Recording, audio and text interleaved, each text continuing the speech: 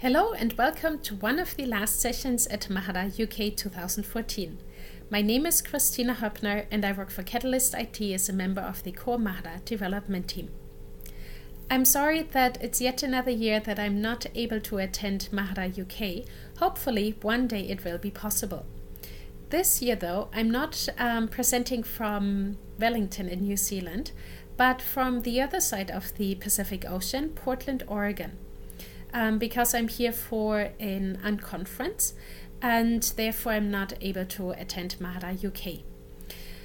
Since the Wi-Fi connection is not the greatest in my hotel, we decided to record this session just to ensure that that I'm not dropping off during the presentation and that you can still hear the content and ponder it.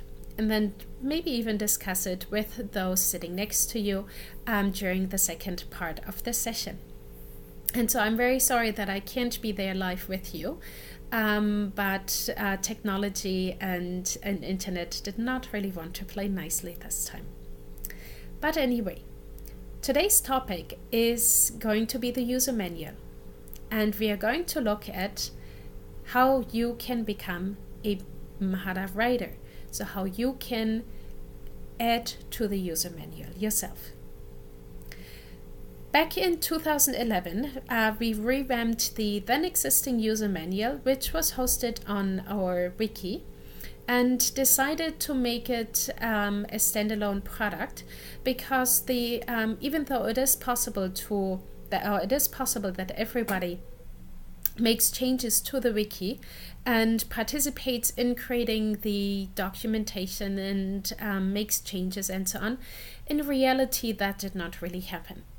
And besides, it was not really so easy to go through the user manual due to how wikis work, and therefore it was quite clumsy, and we wanted to have something better, because also using wiki syntax and uploading images and so on was rather difficult and did not really entice anyone to update the user manual. So what we did was we went and searched for a different software. Looked at a number of open source projects that had very good documentation, and then in the end decided to go with Sphinx. Sphinx is originally a documentation framework for documenting Python code, but it can also be used quite nicely for user documentation, as we'll see as we'll actually see in our user manual. And the advantages of Sphinx are that you can write your documentation quite easily, just in the text editor, include images, make references, have a table of contents, have full text search across the entire document. You are able to export it into multiple formats. The ones that we have are PDF and EPUB. And it is also possible to translate the user manual. On top of the built-in functionality, we developed the functionality to also translate screenshots, making it possible that the user documentation is translated entirely, and so not just the text, but that also screenshots from a different language can be displayed when that language is shown. And as we've just said, a documentation is, at least in our case, is not just images, but also contains text. We need some other software in order to create these screenshots. We opted to use GIMP because GIMP is available on all platforms, meaning Linux, Mac, and also Windows. And that means also that the documentation or that the screenshots can look very uniform no matter who is creating them and also for which language they are creating them.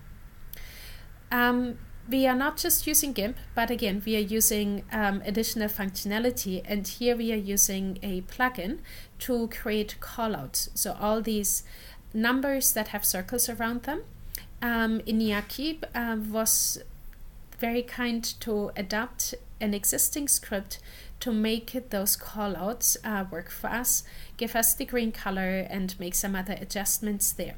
And that's why we've got GIMP Plus. And the result you've probably already seen on manual.mahara.org is such that besides text, we have screenshots, which include these callouts, so these numbers within circles. This is one of the busier screens where you have heaps of numbers, and there you can already see that it's quite useful to have those numbers, because if we added text to them, or if we only had text there or little speech bubbles pointing to individual items, this screen would be really, really busy, and it would be very difficult to actually see what is going on. An additional point why I decided to only have callouts in the screenshots as and not real text is so that the text is still accessible for people who require screen readers, for example. If we had everything on images, they would not be able to decipher that information. And also in text, we can actually have more information, refer to other elements, and therefore be more explicit than we were ever able to do it just within an image. The nice thing about using the callout script in GIMP is that the numbers increment automatically. So all you need to do is pretty much stamp a number onto the screenshot and then continue stamping. And once you're done, the numbers are created automatically, have the circle around, and you can move those around really, really easily. What this screenshot also indicates is that we are documenting functionality. That means we are documenting everything that you can see on the screen that may not have been explained elsewhere. And therefore, it is a very functional documentation and not really oriented towards workflows. Because when I started revamping the documentation in 2011, it was very important for me to have a place that we can use as reference material for all the functionality that is in Mahara that can be seen on the front end. And that's why I documented using screenshots, going through the entire software, screen by screen, documenting everything that you can see there, and sometimes also things that only come up when you follow a certain action.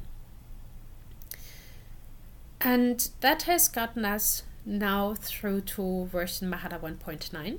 So for every version, every half year that we release, we are also updating the user manual so that it stays current, and every single user manual is available on manual.mahara.org. Using Sphinx also allows us to make that manual available in different formats. Namely, in our case, we are using PDF, which can be viewed anywhere once you download it, or also as EPUB. An EPUB file can be viewed quite nicely on a tablet, for example, and can come in quite handily there. But of course, we also have our HTML version, which allows you to search the entire user manual using the full text search, and also jump from one area into another. So how is the user manual actually written? This might look very simple to you, just using a text editor, but it is, I find, quite efficient to use in restructured text. That is the Markdown language that I use for the user manual. And it is quite easy, actually, once you've learned the basic commands. And it is very easy also to update and much, much easier to read than XML, for example, because similar to Wiki syntax, the text is still readable, but it is yet structured. So on the left-hand side, you can see the structure of one particular page in the user manual, and that is the that is the institution screen here. And that makes it also easy to go through the document quite quickly depending on your text editor. So in this case here, I'm using Genie, which is an editor available under Linux. And that allows me to jump from one heading to another to quickly navigate even a very large document. And on the right-hand side, you see the actual documentation using that markdown language, which is fairly easy to learn. And also if you're, for example, already familiar with HTML and have read it, then this markdown language will become very easy to you because there are even fewer symbols to learn than for HTML. However, since it is not always everyone's favorite to write in a text editor without any formatting that you can see visually, what you could also just do in order to participate in the user manual, to just write. Just write what you want to improve in the manual. Write a single section on it, provide a tip, or anything that you're interested in that you're currently missing from the user manual. Write it down in a regular text document in the system of your preference, but maybe already format it with a heading and with subheadings, provide references to other areas and so on, and then just email that to me. In order to get the user manual up online, there are a few more steps to go through, which require knowledge of Git, and then also how to commit messages, how to commit basically code, so that there is also version control. But in order to get started as a Mahara writer, and that is where I'm focusing on this time, how you can become a Mahara writer, all you really need to do is just write some text that you'd like to have added to the user manual and then email it to me. Or you can also make a suggestion using a new hashtag, which is #maharamanual, and let me know what you would like to include, maybe even a link to something that you have already written, like a tutorial for your university, school, or workplace, or maybe a blog post that you've written. And then we can take a look at that and see how it would need to be transformed in order to become part of the manual. As I mentioned before, I started out writing the user manual in a functional style, so that everything is documented that you see on the screen.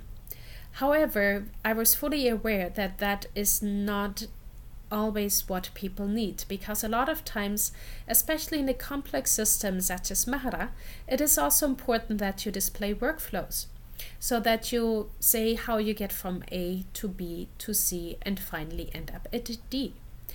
While we do want to make those workflows shorter and make it and improve the usability of Mahara all the time, you'll always have some sort of workflow that you need to go through. And that is an area where the user manual is obviously currently still lacking. What we have already done in the past is, if I came across an interesting tip, that I included that in the user manual with the permission of the authors when I just reprinted it, or I made reference to it and linked to a video, for example, or to something else. To a text, just so that we could also have that included in the manual. But there are many, many other places where that can still be done. And therefore, I'd like to encourage you to just start writing, write the text that you would like to have included in the manual, and then email it to me. That is all that is required to become a writer. A number of people have already done so. The last one, for example, was Stephen Bright from the University of Waikato. And he had summarized nicely of how you can use portfolios with assessment And since they are using my portfolio, which is a Mahara instance here in New Zealand, that was of course geared towards that instance and the University of Waikato, but it was also very generic and written in such a general way that it was very easily possible to include in the user manual. And that's what we did. We just rephrased a few things and now have a very nice tip on how to use Mahara for assessment purposes in the manual. And that would not have been possible without the collaboration of others. Another area where we constantly also can have some tips is the glossary, because there Ralf Hilgenstock, who is our German translator, he started the glossary for his instance of Mahara in German. And we brought that in a few versions ago into the Mahara user manual, translating it then into English, and that is an area that would still need updating from time to time, especially when we add new functionality to Mahara. So I think they are in a lot of areas in the user manual that can have your assistance, especially in the form of tips or workflows, or even if you want to document some functionality, please feel free to do so that we can issue a complete manual for each release of Mahara. And I don't need to be the only writer. We can have a team of writers on there. Currently, the workflow is still for getting code into the user manual very restricted. Just because, like having the code review, it is necessary that one person goes over the text and reviews it and potentially makes changes. But that still does not need to hold you back in contributing. And therefore, I think emailing text is the easiest. And of course, you will be attributed properly in the code so that you will then also have a contribution to an open source project. There are a couple of things to keep in mind when you want to contribute to the user manual. Similarly to the Mahara software itself, the user manual is licensed under certain terms and conditions. And these are Creative Commons by attribution and also share alike. But we have a dual license with GPL 3 or later. We decided to go with the dual licensing so that it were possible at some point in the future, if we wanted to include the user manual directly with Mahara itself and distribute them together. For the time being, though, they are being kept separate and just also used as separate open source projects in a way. And that is pretty much how you become a writer and then can be a writer very quickly. So if you already have some documentation, go through it and see what would be very useful to have in the Mahara user manual. Don't hold it back if you can, and share it with the rest of the community. That makes the user documentation more usable because it also is catered towards what you need, what you want to see, all the things that you want to reference very frequently, and also helps us in the project, of course, to have an updated version and also a really, really useful manual for everyone at hand. Because some people do need the reference guide, so just knowing what each screen is for or what each functionality does, whereas others require the workflow documentation. And having both in one would be a very good thing so that we can cater to at least these two types of people who are looking for information. If you have any further questions, or if you would like to send me your documentation that you want me to review for inclusion, just send me an email at kristina@catalyst.net.nz or contact me on Twitter at anitzuk, and we can take this further and see how you can be a writer yourself.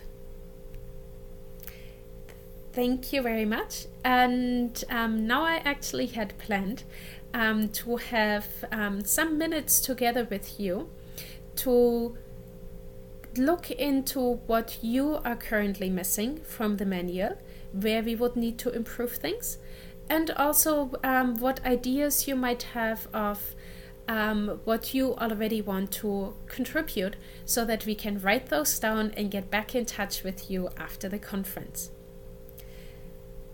Now, unfortunately, I'm not available live with you to take your questions or answer your questions, but hopefully somebody in the room will be able to take notes if you would like to discuss things, or alternatively, you could have a longer break before the next session.